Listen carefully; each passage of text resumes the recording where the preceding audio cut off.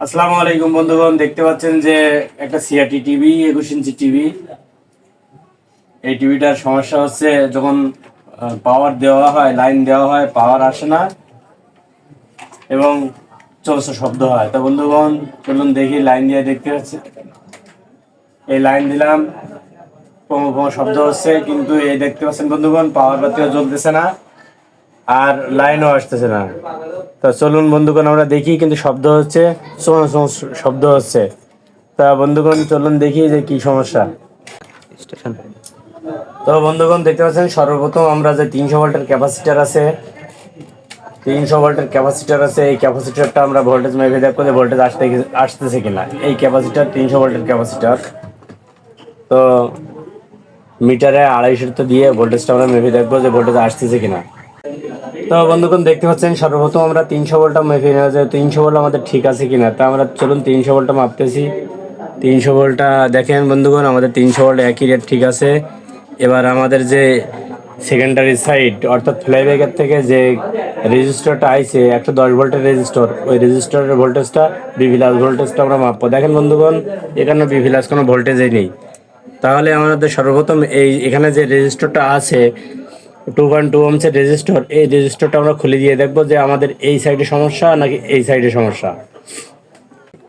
তো বন্ধুগণ আমরা রেজিস্টারটা খুলে নিয়েছি, এবার আপনাদের দেখাবো যে আমাদের বিভিলাস ভোল্টেজ আসে কিনা। দেখেন বন্ধুগণ বিভিলাস ভোল্টেজ 110 ভোল্টেজ আমাদের চলে আসছে রেজিস্টার খুলে নেওয়ার পরে, এবং আমাদের ইন্ডিকেটর বাতি চলে আসছে।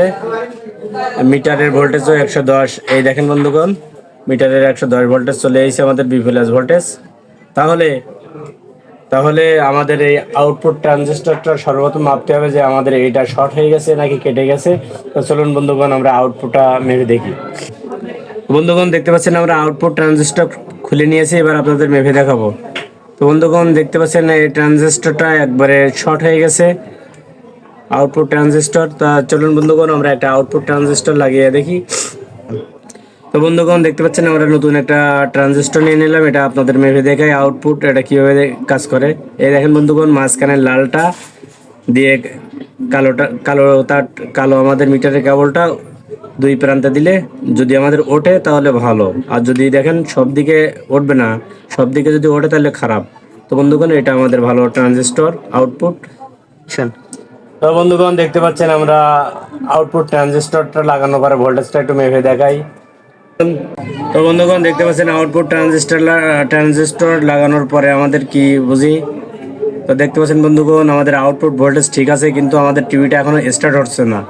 তো যেহেতু স্টার্ট হচ্ছে না, তো বন্ধুগণ দেখতে পাচ্ছেন আমরা আউটপুট ট্রানজিস্টরটা লাগানোর পরে আমাদের পাওয়ার আইছে, ভোল্টেজও ঠিক আছে, কিন্তু আমাদের সার্কিটটা স্টার্ট হচ্ছে না। যদি সার্কিটটা না স্টার্ট হয় তখন আমরা দেখতে পাচ্ছেন ট্রান্সফরমার, আউটপুট ট্রান্সফরমার পাশে একটা 2383 ট্রানজিস্টর আছে। এই ট্রানজিস্টরটা সুইচিং এর কাজ করে।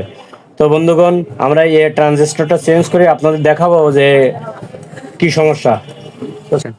তো বন্ধুগণ দেখতে পাচ্ছেন যে আমাদের একটা ট্রানজিস্টর, ছোট একটা ট্রানজিস্টর 2383 ট্রানজিস্টর, এই ট্রানজিস্টরটা চেঞ্জ করার পরে দেখতে পাচ্ছেন যে আমাদের বিভিলাস ভোল্টেজও ঠিক হয়ে গেছে।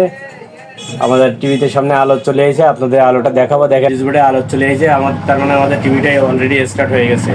তো আপনাদের টিভিটা ঘুরে আপনাদের সার্কিটটা দেখাবো যে কিরকম ছবি আসছে। তো বন্ধুগণ দেখতে পাচ্ছেন যে আমাদের টিভিটা ঠিক হয়ে গেছে অলরেডি।